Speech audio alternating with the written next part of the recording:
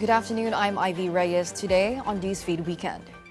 Go hopping, famously known as dismissed Bamban Tarlac Mayor Alice Guo, has been moved out of the Pasig City Jail and is now under the custody of the Correctional Institution for Women in Mandaluyong City. The transfer was carried out Friday night with authorities formally receiving Guo and two others, Rachel Joan Carrion and Jameline Cruz, before 11 p.m.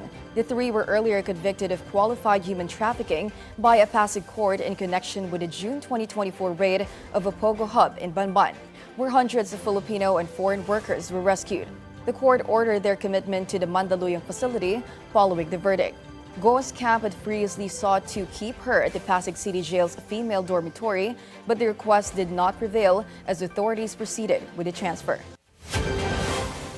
The Office of the Solicitor General is set to examine the Supreme Court's order directing the return of about 60 billion pesos to PhilHealth, funds that were earlier moved to the National Treasury under the 2024 budget. The OSG is now reviewing the ruling to determine possible next steps, including whether to seek reconsideration.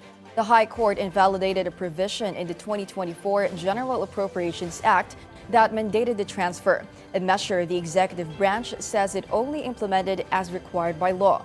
Meanwhile, Executive Secretary Ralph Recto defended the original decision to shift PhilHealth's unused funds, describing it as a practical move to boost government resources without new taxes or additional borrowing. He noted that legal and regulatory agencies cleared the transfer and that the PhilHealth Board gave its approval. Recto maintained that the agency's services were not affected and even saw expanded benefits and the implementation of zero balance billing.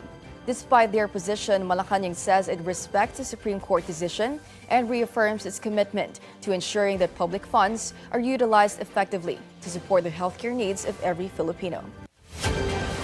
The Office of the Ombudsman is set to conduct a fact-finding investigation into the alleged connections of former Justice Undersecretary Jojo Cadiz to a government contractor.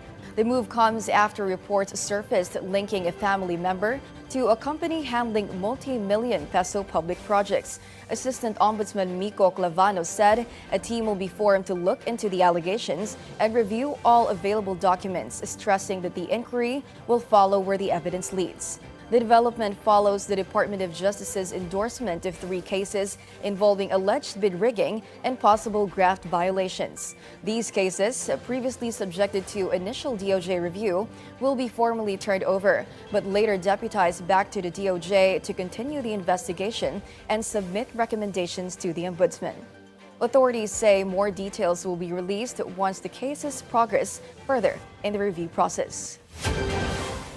And those are the news this hour. I'm Ivy Reyes. Stay tuned to the Billionaire News Channel. Good afternoon.